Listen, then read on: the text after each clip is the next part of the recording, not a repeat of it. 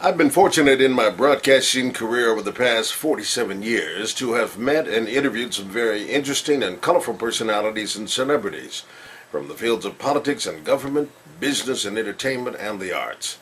One of the fun things about being a broadcast journalist is that you are able to meet and interview many newsmakers of whom you are a fan. The genius musician Prince, may he rest in peace, unfortunately was not among them. Prince was a prodigy, a provocateur, and a complete game changer in popular music, and was one whom I would have loved to have interviewed, but I was not fortunate to have done so. I was able to meet him, however, on 2 occasions, but the circumstances were not appropriate for a sit-down interview. The first time was at the First Avenue Club in Minneapolis, Minnesota, back in the mid-'70s. The place was packed, and he was seated not far from my table, and as he passed by, I greeted him firmly, shook his hand. It lasted all of 15 seconds. The second time I met him was several years later on a connecting flight from Minneapolis. I was in first class on my way back to Japan from Omaha by way of Los Angeles. The plane was ready for takeoff. All passengers were seated and buckled in. The door was latched, but there was about a 10-minute delay.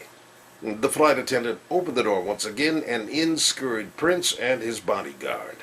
They took the only 2 seats available in first class right across the aisle from me. Prince got in first to the window seat, and his escort sat on the aisle seat right across from me. The voice came over the speaker apologizing for the delay, and we began taxiing for takeoff. I acknowledged the brother across from me. We exchanged greetings and chatted very briefly, and I said, "Prince, right?" And he nodded yes. Prince never looked my way. He curled up his diminutive form facing the window and slept all the way to Los Angeles.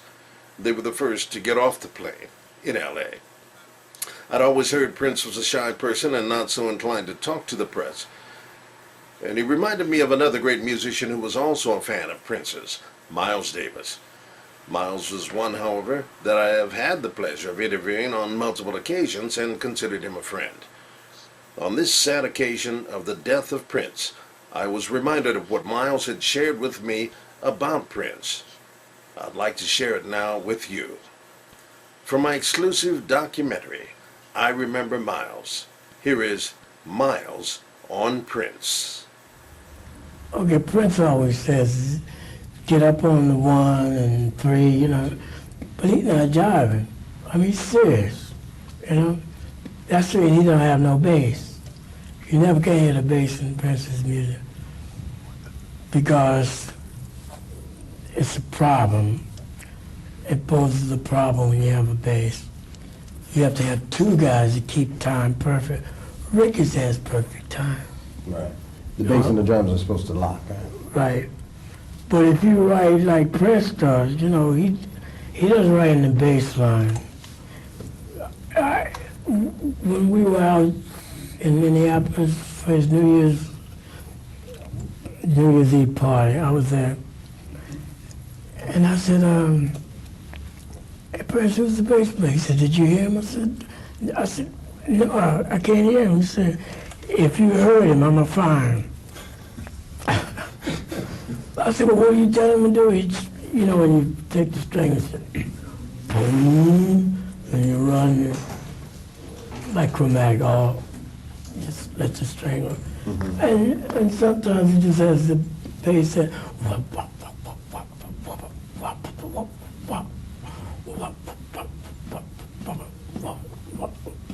but the whole band is doing that. So you're like, doom, doom, doom, doom, doom, doom, doom. You don't hear none of that. Right.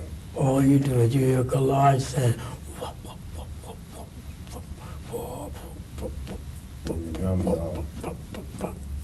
because he has that perfect time. He's like me. I got perfect time. If Ricky even stumbles a bar, I can tell. I can hear it. That's right. Yeah.